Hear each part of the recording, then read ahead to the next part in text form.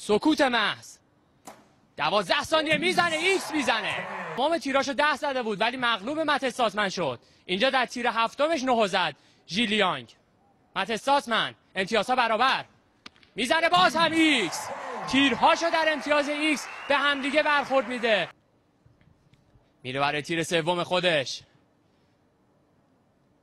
هدفگیری کرده. 17 ثانیه فرصت و باز هم دست. عالی داره کار میکنه این مت ساسمن.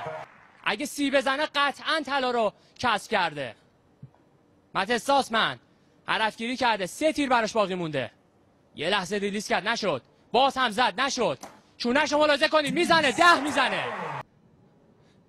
مجدد مت ساسمن باز هم چونش رو نگاه کنید، هی داره شوک میده. باز هم 10.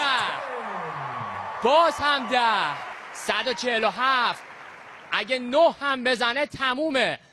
مهمترین تیر 4 سال اخیرش رو مت ساسمن داره میزنه. خودشو قهرمان میدونه یا نه؟ میزنه. 10 زد. تموم. هم رکورد پارالمپیک رو زد، هم مدال طلا رو کسب کرد. با امتیاز 149 رکورد حذفی پارالمپیک رو زد و مدال طلا رو هم کسب کرد. نگاه کنید دوستان، صحنه چقدر جذابیه. مت ساسمن بدون دست اومد و قهرمان پارالمپیک شد. در یک رقابت نابرابر تونست مدال طلا رو کسب کنه.